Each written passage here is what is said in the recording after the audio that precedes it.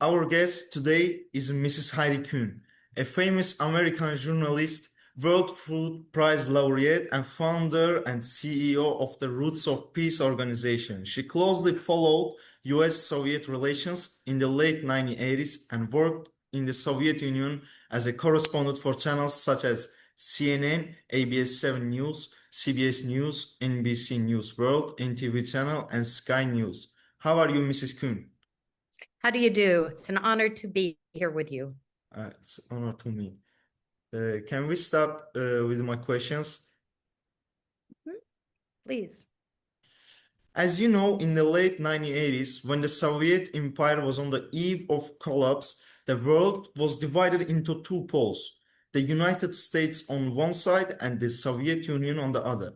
As someone who closely followed these developments at the time, was directly involved in the issues, and is well versed in the history of US-Russia relations, we would like you to comment on the Alaska meeting and the recent events, please. I think the upcoming meeting tomorrow with the United States and Russia is absolutely essential. It is so important that people meet eye to eye, and I very much commend both President Putin and President Trump for taking the time to go to Alaska. You know, Alaska is common ground. In 1867, Alaska was purchased it was called Seward's Folly. People questioned it at the time. It was $7 million, but it is fertile grounds for peace because of the Bering Sea. It's only 2 miles between Big Diomede and Little Diomede. So the United States shares a very important border with Russia. We share much history, and I think this is fertile grounds for a common denominator to have a discussion. You know, in 1963, our president, John F. Kennedy, gave a very, very famous speech at the American University, and I think one that is so important to remember today. But it says, we all breathe the same air. We all cherish our children's future. And in the end, we are all mortal. And I think it's essential to look at where we are today in human history with all of the wars breaking out throughout the world and the atrocities of the landmines that are planted in the earth that we're given to shepherd, the earth that feeds us. There's 8 billion people in the world today. In 25 years, there'll be 10 billion people. So we, as a humanity, as a human fraternity, need to come together. And I think Alaska is that fertile grounds for world peace. May the higher grounds in Anchorage, Alaska, prove fruitful for the world, not only for the borders, of course, of Ukraine, but the suffering in Gaza, the suffering, the people where I have been honored to visit on 3 occasions in Karabakh. Whether it's Armenia, whether it's Azerbaijan, it's essential that we eradicate these landmines, not only from the soil, but from the soul of humanity. We must eradicate them from the earth, but from our hearts and from our minds. And we cannot leave the soil or the hearts void. We must fill it with something called love, and love for one another and love for humanity right now.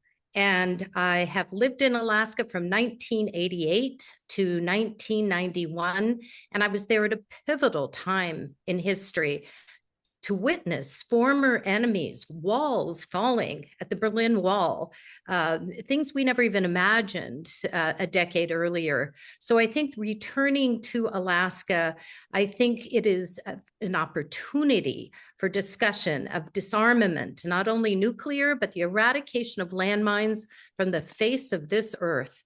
I've worked so closely with my dear friend Ahmoud, president of the International Eurasia Press Fund, for many years. Together, we have walked the minefields multiple times.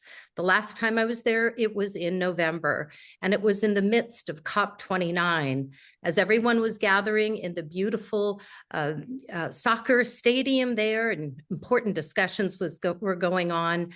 The Forbes journalist, Daphne, and I, led by Ahmoud, went to the minefields to see firsthand and to show the world the importance of coming together. I believe this meeting in Alaska between Russia and the United States is essential, I think it's a day in human history where fertile grounds for peace may be accomplished, inshallah. Inshallah. Okay.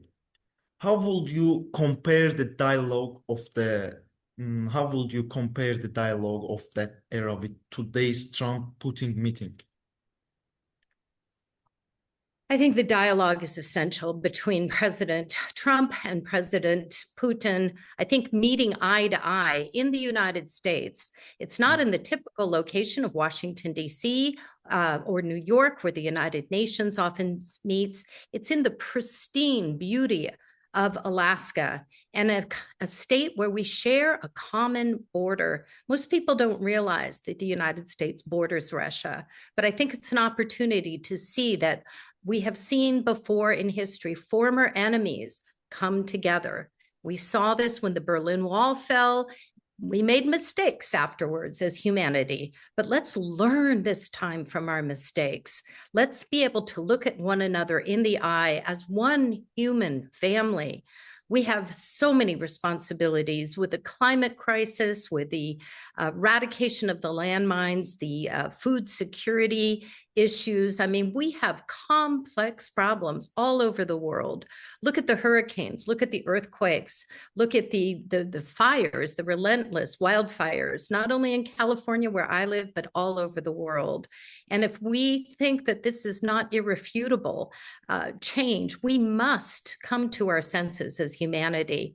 And I look to these two leaders to look at each other in the eye and really truly pray that there may be some common ground, just as they share common ground in Alaska between Russia. Much has been accomplished between the culture, the art, the seeds we have in common as humanity rather than those which separate us. And I think as women, we bear the seeds of life. We are mothers. We give birth to children. 8 pounds it takes to detonate a landmine. That's the average weight of a newborn child. And my heart goes out to those mothers in Gaza, in West Bank, and in Israel. It is called the Holy Land, but all land is holy. All land is holy. And we need to look at this in a holistic way. I had the pleasure of raising my 3 babies in Alaska, along with my husband, Gary, and you see the pristine background of these mountains and the beautiful waters with the fishing and the fresh air. And I just hope that these 2 leaders, President Trump and President Putin, may absorb the beauty of nature and take into their hearts and look into each other's eyes. And let's talk about peace. Let's talk about peace. Let's find common ground. For an eye only creates a blind world. Yeah. And as Azerbaijan has suffered so intensely, and of course the people of Armenia, I just commend the peace agreement that just was negotiated in Washington, D.C. by President Trump.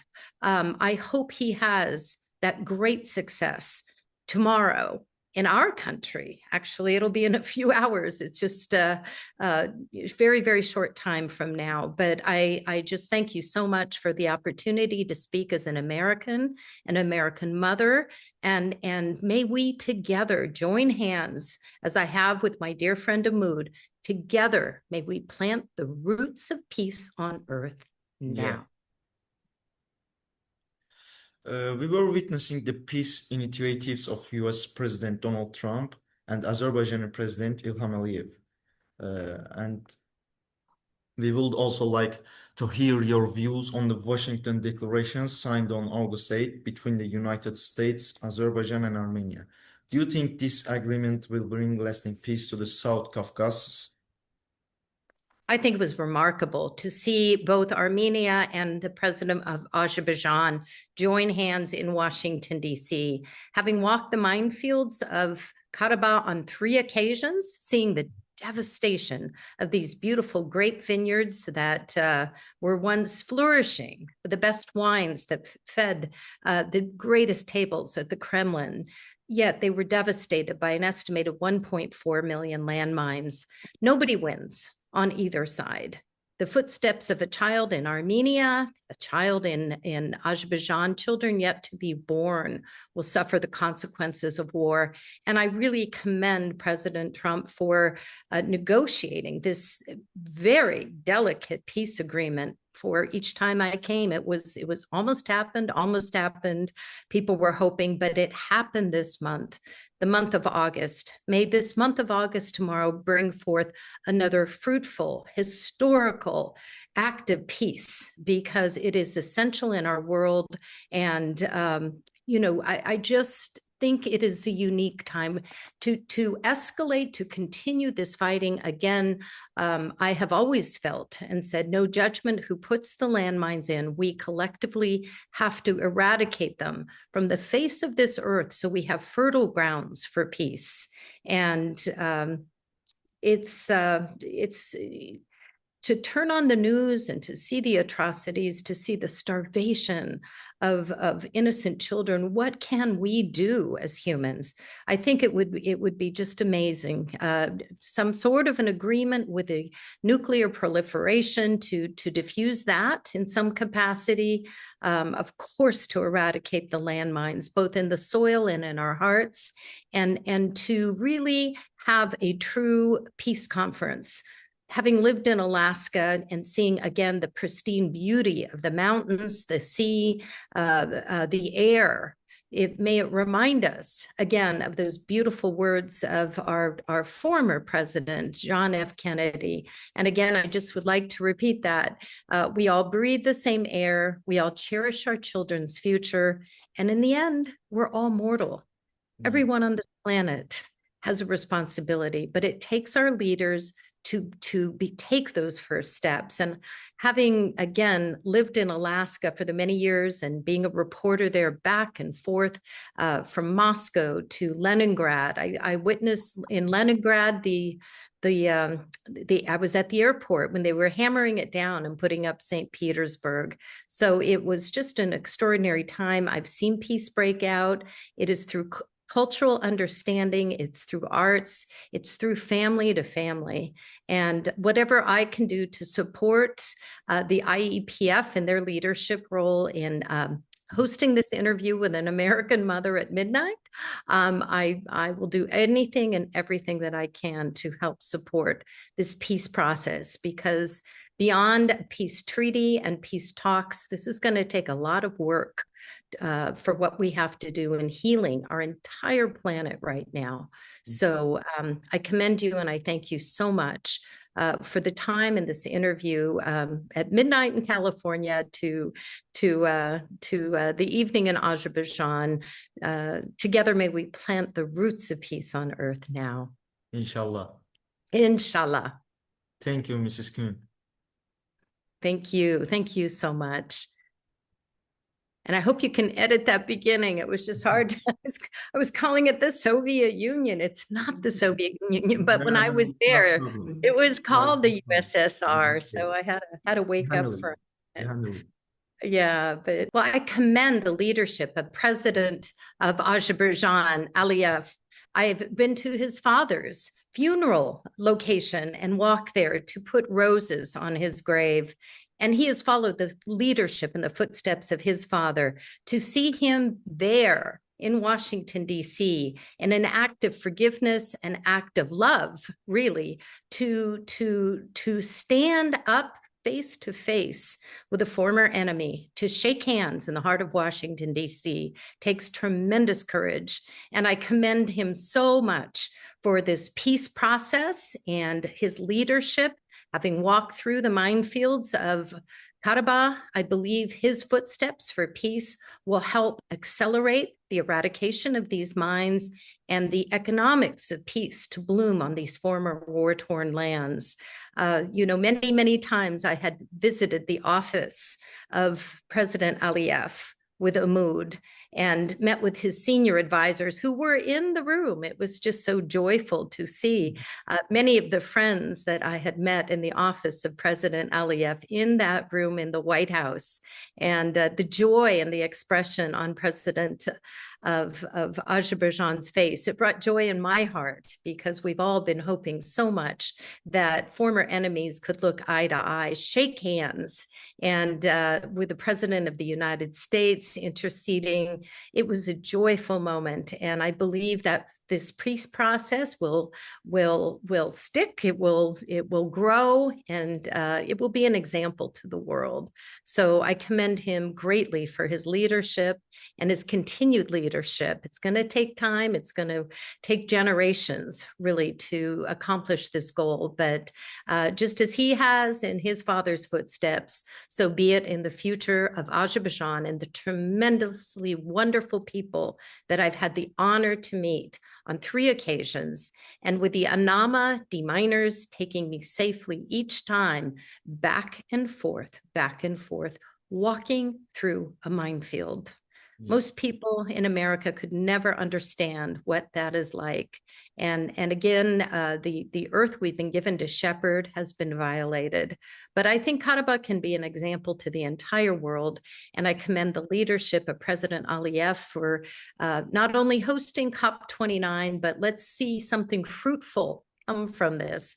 For every landmine out, every fruit tree planted feeds future generations, and every tree planted sequesters the carbon that's going to fight the climate crisis. So I hope to work very closely with President Aliyev in the future as a World Food Prize laureate.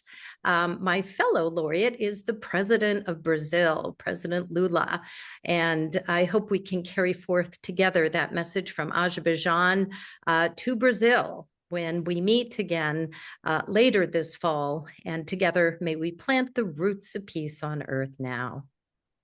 Thank you, Mrs. Kuhn. Thank you for the interview. Thank you. Bye-bye.